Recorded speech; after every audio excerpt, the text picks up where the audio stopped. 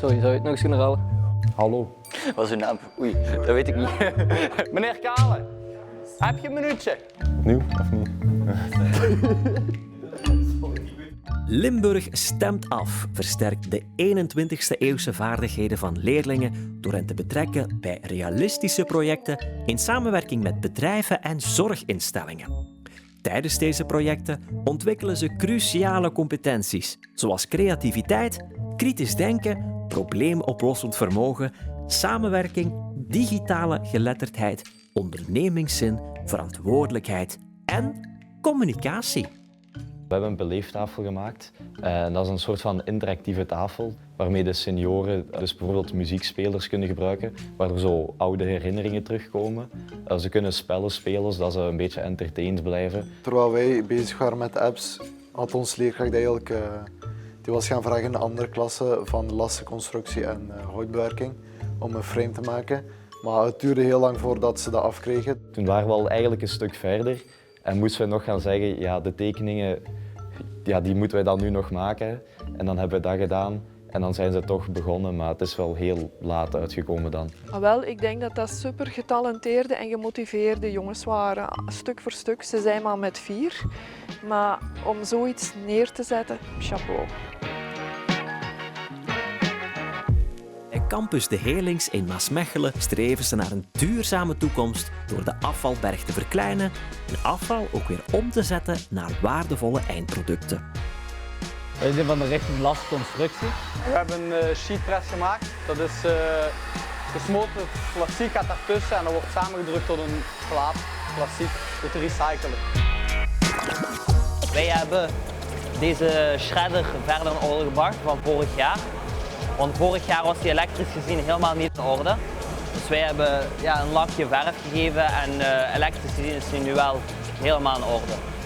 Hun expertise in Arduino en elektrische theorieën voor de ontwikkeling van sensoren en software kwam bij de leerlingen van VIO Tongeren goed van pas. Zij ontwikkelden een mat met sensoren die doorlichtwonden moeten voorkomen.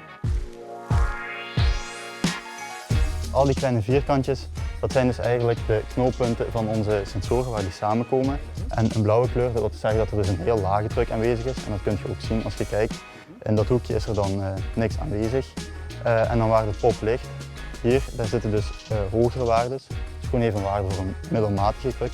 En rood, dat is dan voor een zware druk. Ja, we hebben dan gebruik gemaakt van Arduino Mega. Dat is een iets grotere dan de gewone Arduino wat we de meeste kennen.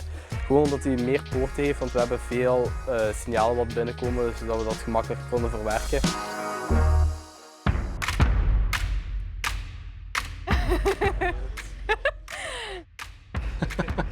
Wat ik het leukste vond aan dit hele Limburg stemt af traject is Het engineeren en alle randactiviteiten die erbij komen. Het kennismaken met externe partners, de evenementen. Je ziet welke vooruitgang dat ze boeken op een schooljaar. De interesse die leerlingen toonden in dit project. Gewoon de motivatie voelen van de jongens. Te veel scholen bezig zien met nieuwe innovaties. Met leerlingen samenwerken is leuk omdat het een grote meerwaarde is voor onze leerlingen met een verstandelijke en of fysieke beperking. Ja, leerlingen hebben toch wel een andere visie soms op de kijk van zaken en dat maakt het wel boeiend om eens misschien niet altijd logische factoren aan bod te brengen. Over het eindresultaat ben ik bijna heel tevreden, want het is nog niet helemaal af. Helemaal positief. Ik bewonder de passie en het engagement van alle betrokken partijen en daar kunnen we alleen maar voor applaudisseren.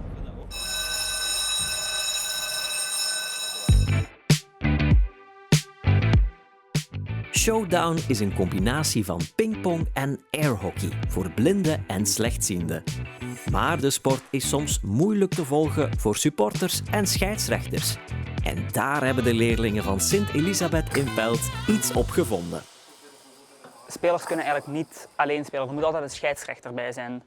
Dus wij hebben geprobeerd het te optimaliseren met een camera die de bal trekt en eigenlijk de punten automatisch kan toevoegen, zodat ze eigenlijk niet per se een scheidsrechter nodig hebben.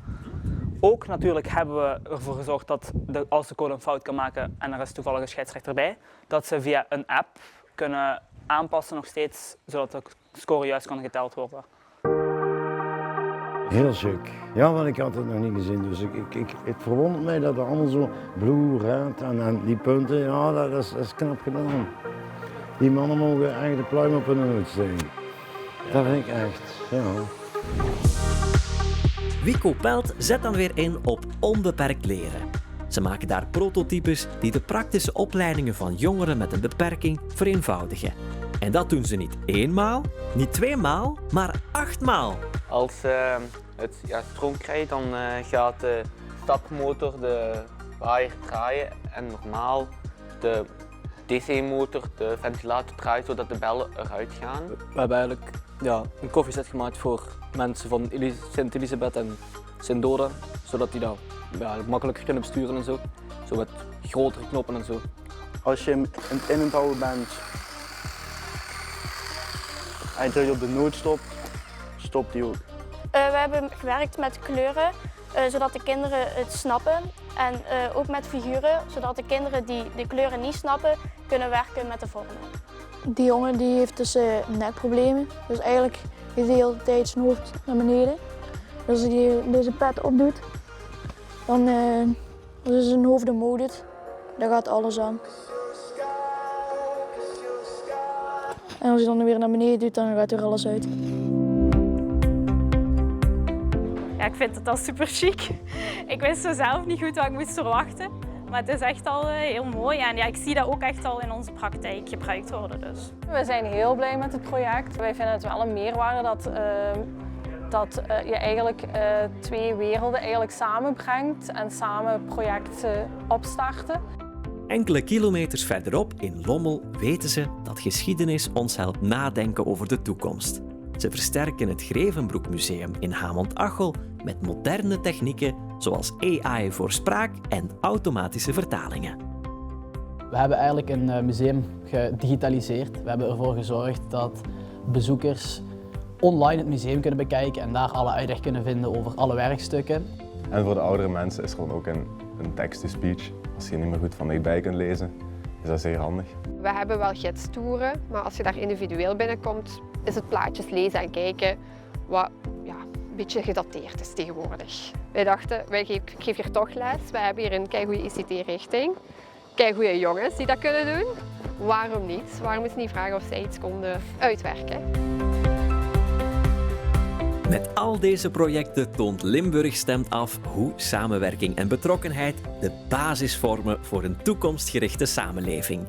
13 scholen, zoveel verhalen en één ding is zeker. Limburg bruist van jongeren die hun stem durven laten horen. Aan alle toekomstmakers, goed gedaan!